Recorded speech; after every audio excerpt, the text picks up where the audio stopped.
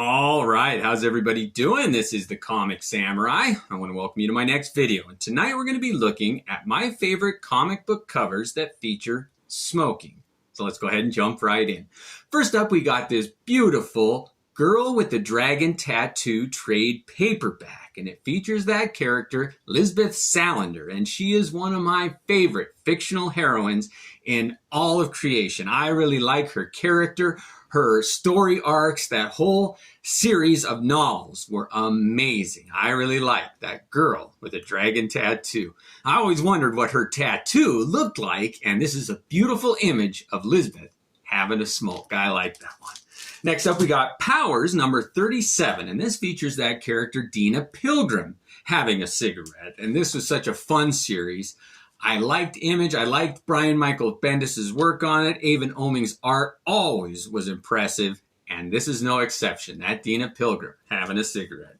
Next up, we got Jenny Sparks Limited Series number 1, and I really liked that whole authority storyline that they did, and this is a little bit of the background of this character, Jenny Sparks, and she's known for always having a fag in her mouth, or a cigarette. That's what they call them in England. Next up, we got The Authority number 6, and this is another image of Jenny Sparks. Like I said, she's known for always having a cigarette, and her powers were always kind of a mystery to me. Like, she dies and then comes back, and she's been around for 100 years and all kinds of crazy stuff. But all I know is the cigarette is a constant with that character. Next up, we got Divine Right number 1, and this was primarily a Jim Lee vehicle. He really did all the interior arts, and I think even had a hand in the writing. But this is a Travis Charest cover, I believe, and it features that Christy Blaze is her name. She's kind of an FBI agent or something, and she's known for having a cigarette. And this is a great cover here. I like that. Next up, we got Dark Horse Presents number 53. And nobody can draw a femme fatale smoking a cigarette like Frank Miller. I mean, look at the lighting on this one. That character Goldie. Oh, she's such an evil person and yet good. Manipulated Marv is just a great story. Frank Miller. What can you say? Smoking a cigarette. That's how it's done. Next up, we got Gen 13 number 1. And when this regular series started up, for this first issue, they did 13 different iterations for number 1. This was the Brady Bunch cover. And you can see Freefall in the corner there, sneaking a smoke. I like that series. J. Scott Campbell, I mean, he always does a good job. Next up is The Exterminators number 16. And I really like this series. And there's 2 females on this one. One of them having a cigarette, maybe a glass of cognac or something. Who knows what she's drinking, but it's a great image of 2 chicks, one of them smoking. Next up is Poison Elves number 36. And Drew Hayes can capture an image that is both funny and provocative at the same time. And on this one, the main character, Lucifer, or Luce, got changed into a female, and he's smoking a cigarette. And you got to see him deal with the guys in the bar, and it's just a good take on a romp and a twist. And I really like this one. Luce having a cigarette. Next up, we got The Man with No Name number 2, put out by Dynamite. And in the films, Clint Eastwood always played that character, the man with no name. But here, it's just an unknown, unnamed character. But he's smoking his cigarillo. What a great image that is. Next up, we got Jonah Hex number 7. Now, back in the Wild West, tobacco products, cigars were a lot more common. And here is Jonah Hex, the man with the scar on his face, having a smoke. I like that. Next up, we got Fables number 27. And this has got a beautiful cover, and it features a character that wasn't real prolific in this series, but his name is Jack. Jack of Fables. And he changes his name a couple times in this series, but he used to be a soldier in the rebel army in the Civil War, and that's why he's got the rebel belt buckle on, but having a smoke, and he's got a pack of smokes rolled up in his sleeve. It's a pretty cool image. I like that one.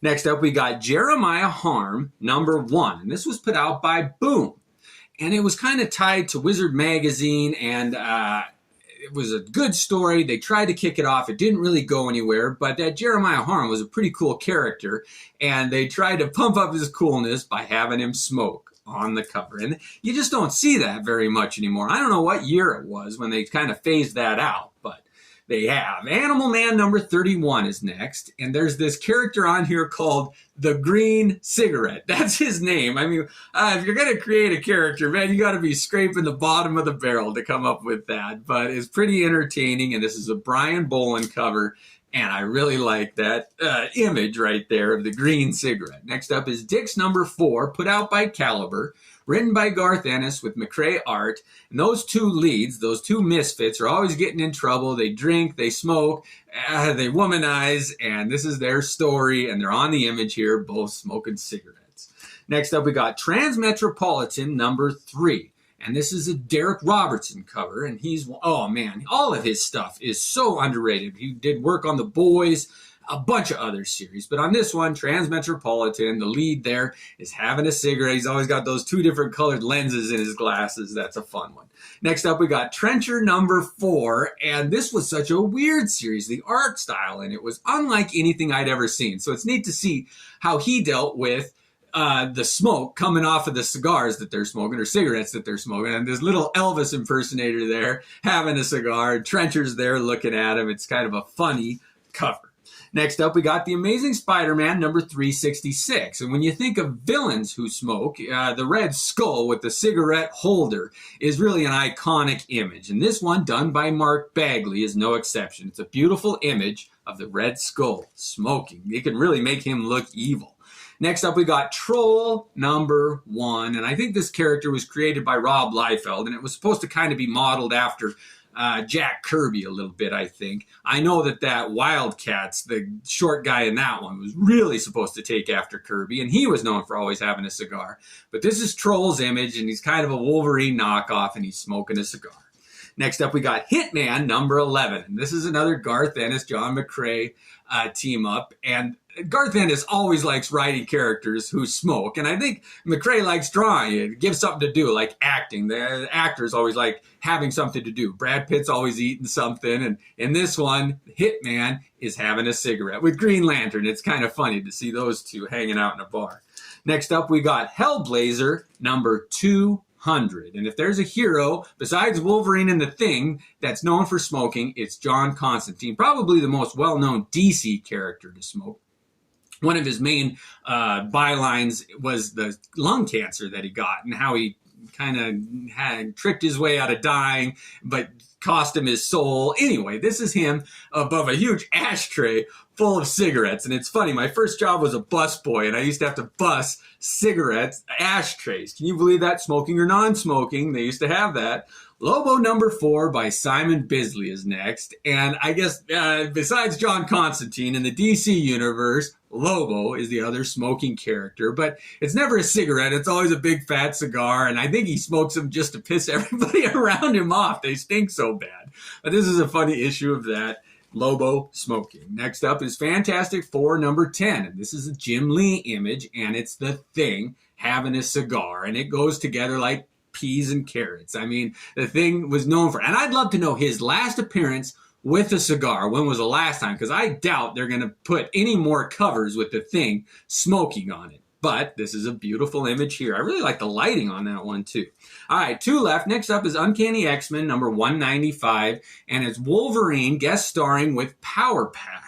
And it's funny to see the smoke off of Wolverine's cigar like flowing right into that little girl's face. I know they wouldn't do that nowadays, and it's funny to see it there. And this is a Sienkiewicz cover. I'm getting better at saying his name.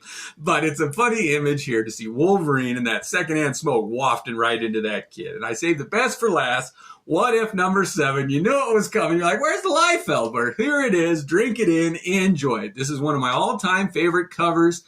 I just love this image of Wolverine. I always say I've never seen his claws drawn like that, tapered. The dramatic lighting from the side, him holding a gun and smoking a cigar. It doesn't get any better than this for me. Well, those were my favorite smoking comic book covers. I want to know what yours are. Which ones did I forget? Let me know. Thanks again. Have a great night.